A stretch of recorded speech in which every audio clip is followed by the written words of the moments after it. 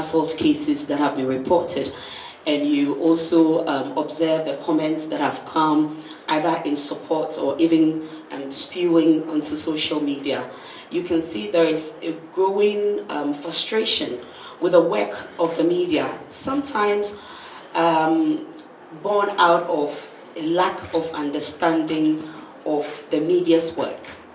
And secondly, perhaps in terms of the benchmarks that the public use to appraise the performance of the media, that the media is not living up to expectation.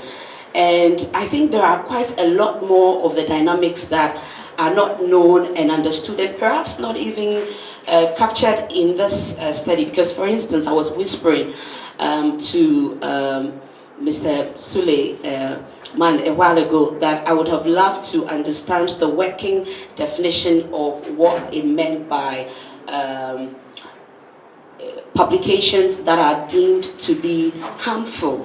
What in the public's mind, or what was the working definition that the posters or those who conducted the research had shared with them, based on which they got those responses. It will be very instructive to have those insights, because I believe that they might be making some of those also assumptions, or assuming that what they're thinking might not necessarily be what is reflected in here.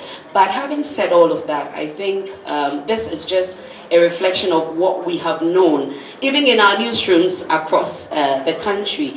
And like Audrey had also mentioned, I wasn't too surprised when countries like Cote d'Ivoire, Togo, who have quite repressive regimes or very less tolerance of press media regimes in their countries, were more aspiring to have more freedom for the media.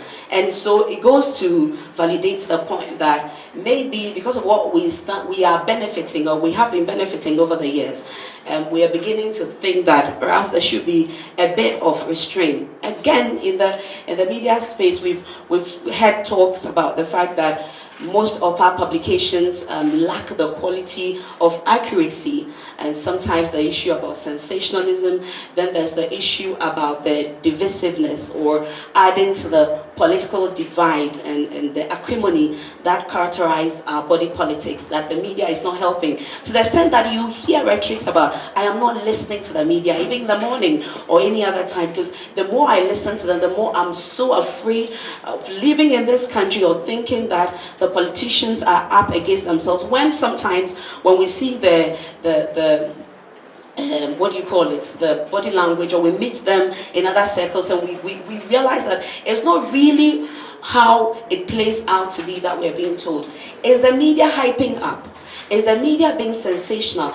Is the media really being critical as it ought to be? Because the social contracts for which we are giving the freedoms enshrined in the Constitution, and giving the freedom even to evade so-called privacy in where the public interest is concerned, the freedom to just take hold of the airstrips and all the licensing, to be able to publish and broadcast to mass media, because that's the only difference. Are we living up to those? And I guess that might be a reflection of that.